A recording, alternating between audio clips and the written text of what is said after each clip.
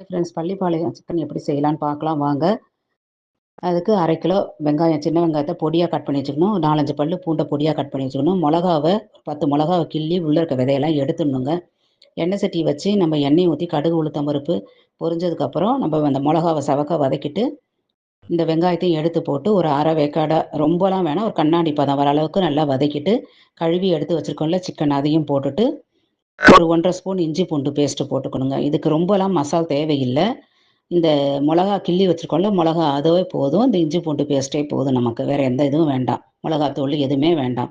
இதே நல்லா ஒரு பெரட்டு பெரட்டிட்டு லேசா தண்ணி தெளிச்சு, நம்ம உப்பு போட்டு நல்லா கொஞ்ச நேரம் மூடி வச்சு வேக வச்சாலே வெந்துரும்.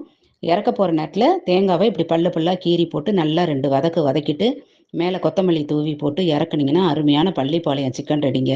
இது சாம்பார் சாதத்துக்கு, ரசம் சாதத்துக்குலாம் தொட்டுக்கொள்ள ஒரு அருமையான டிஷ்ஷுங்க இது.